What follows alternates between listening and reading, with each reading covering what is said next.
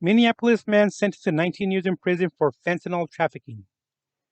St. Paul, Minnesota. A Minneapolis man was sentenced to 228 months in prison, followed by 10 years of supervised release for trafficking thousands of fentanyl laced pills.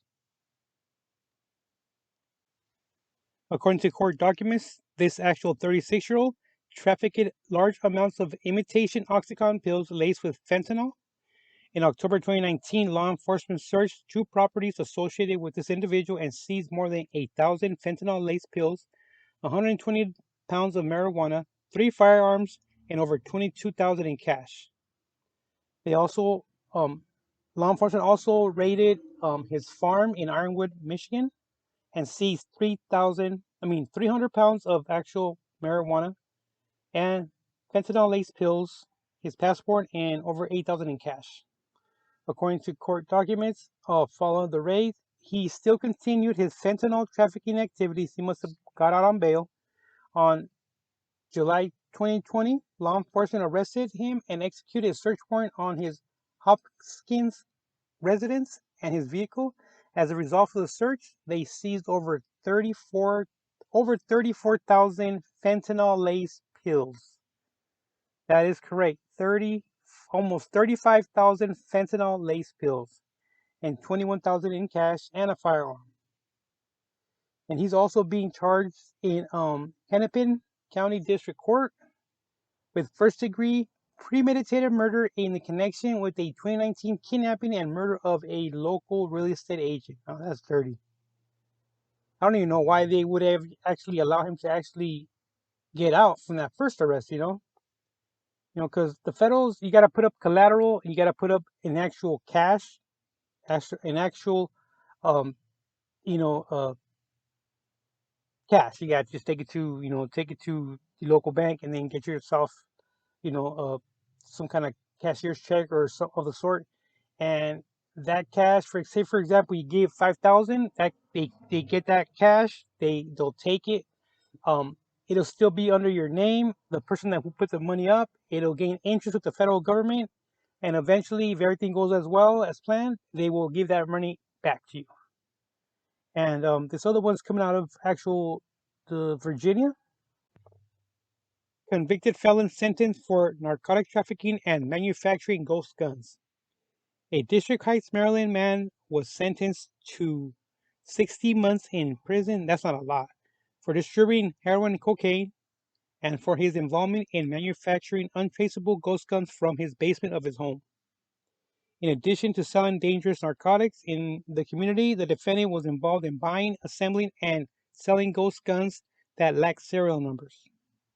These unmarked and often untraceable firearms are frequently assembled from kits that are sold without background checks, making them attractive to individuals who are prohibited from actually possessing them.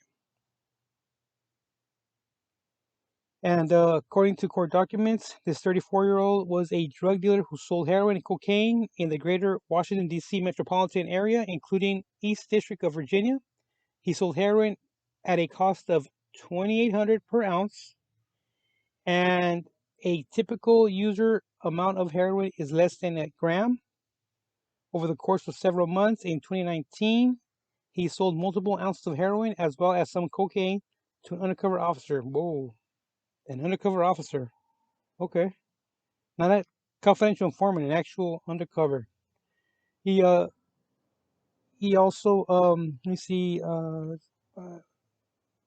like ghost guns and illicit narcotics, which often results in unrepairable damage in the community. That does make sense. The investigation into revealed that he had been frequently a firearm store. He actually frequented a firearm store in Virginia.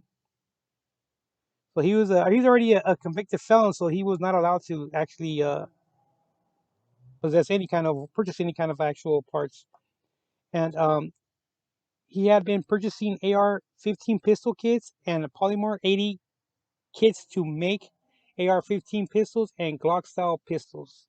These kits are used to make guns without serial numbers and may be legally sold to anyone, regardless of whether they are prohibited from possessing actual firearms. In December 2020, law enforcement executed a search warrant at his residence in Maryland. The agents recovered a fully functional 40 caliber polymer 80 Glock style firearm with a 50 round magazine. Wow. As well as an AR-15 rifle. Agents also seized another 5 high capacity magazines, various gun magazines, and hundreds of rounds of ammunition for both rifle and pistols.